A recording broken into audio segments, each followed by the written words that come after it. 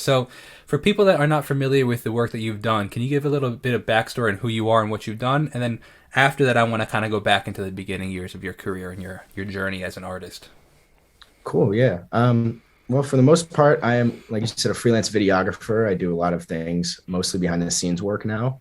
I work with RCA Records, Warner Records. So, most notably Pentatonics, touring with them, doing their behind the scenes. But, I started doing like freelance work of all sorts, weddings, events, and then that kind of led into some behind the scenes, miscellaneous things all over. Recently, actually, I just did Sweetie and Her behind the scenes for Warner, which that song drops in a few days. So it's been kind of the majority of my editing this past week. And I'm working to be a film director. So I've made a feature film, short film, writing a bunch. That's kind of the general extent of it at the moment. Yeah.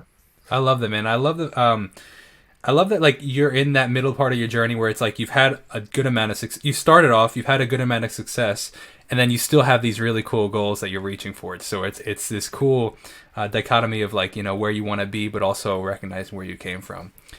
Yeah. Side note, I noticed that you went to Ithaca College. Are you from New York? I am originally Rochester, New York. Ah, very cool. I'm a Long Island boy. Nice, man. Born and Yeah. Yeah. raised. Born and raised. I lived there for 8 years and then I moved around a lot as a kid. So, but Rochester's always been the home base. And so I went back to Ithaca kind of to reestablish my roots a little bit. Yeah, very cool. So many kids, especially the music kids in my school, went to Ithaca. It was a big Mhm. music school for my class. So I would love to hear a little bit of your backstory, like your origin story, essentially, of how did you get into your career and how did you discover this is something I wanted to do. Yeah. I mean, it's kind of funny because it starts back when I was in high school I went to international school in Brussels in Belgium. And there was like some classes where you would make videos. And so that was always really fun for me, but I always thought it was just kind of fun. So when I went to Ithaca, I studied athletic training for 2 days, 3 days. And I took a physics class or anatomy class. And I was like, man, I do not want to do this at all. This is ridiculous. A neighbor of mine in the dorm was a film student. And so he was like, and I was helping him with one of his projects. I kind of acted in it. And he was like it was just so much fun. And I was like, I could do this as a major. And so that's when I got into cinema and photography, concentrated in cinema production, realized this is my calling. I mean, they train you to be like a director and learn how to work on set and stuff. So with all that being said, I immediately moved to LA after college. My parents still lived in Belgium, so I wasn't going to be able to really go back and work there, like a lot of kids do. They go home and work. So I moved to LA. I started at a independent startup production company for a guy who had made a feature film. He kind of sold his whole life, made a feature film, and was in the process of post-production. So I learned what I didn't want to do, which was being in the office, producing, coordinating, things like that. I really wanted to be on set. I really wanted to hold the camera. I mean, I really wanted to direct, but directing seems just so hard. When you first start out, it's like there's a handful of directors that are really working. So I knew I could do something with the camera. So I actually quit that job and started working at a restaurant. And in that process, two things happened. One, a buddy of mine from college was he was a documentary studies major. His name's Brad Patoka, a good friend of mine. He wanted to come out and visit, but he wanted to make a project. And so him and he hits me up and goes, I heard there's the Salton Sea out in California, which is like the largest man-made lake in California. It's like evaporating. And I didn't even know what that was. So long story short, we go down to the Salton Sea, which is like 2 hours from here. And we realize there's like this crazy issue going on with the sea shrinking and all the chemicals getting into the air and the pollution and everything. So we, on the fly, make a documentary. That inspires me when I get back to my job at Crave Cafe. There's a professional Muay Thai fighter who was working with me. And I was like, dude, can I just make something with you for free? Like, let's do it. So I followed him for a month training and went to a fight of his.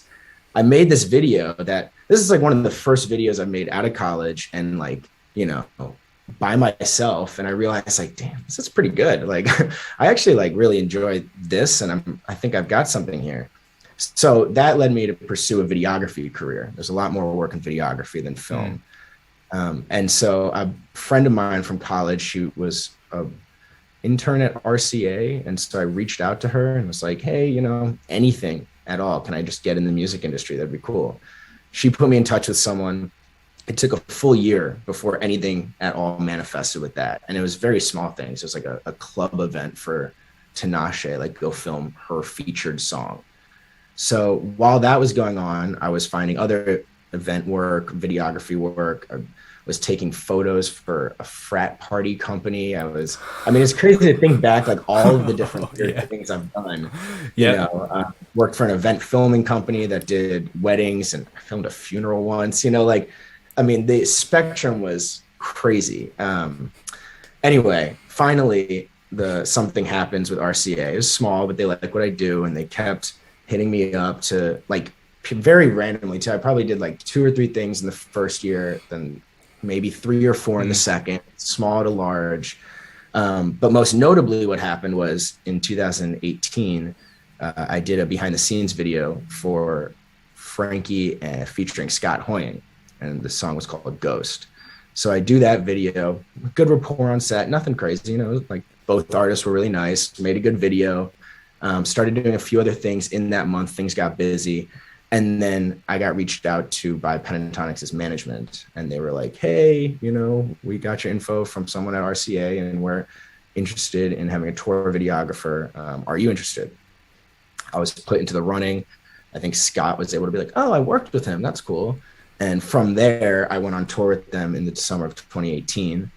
And then with Pentatonix, kind of the rest is history. And because I was doing all these other things for RCA and then Warner, I've been doing more behind the scenes over and over and over again. So Incredible story. I want to start off with a compliment. And I've heard a lot of different stories here on the channel. I've done a lot of these interviews, and yours is one that the way you tell it, and also just the facts of it. It's it keeps you interested the whole time. Like, oh, that happened next, and then that happened next, and oh wow. So I want to compliment you on that. Your storytelling ability is fantastic. Which, as a videographer, is probably the most important aspect of any video is the storytelling that you tell in the video. But it definitely comes across in your speaking ability as well.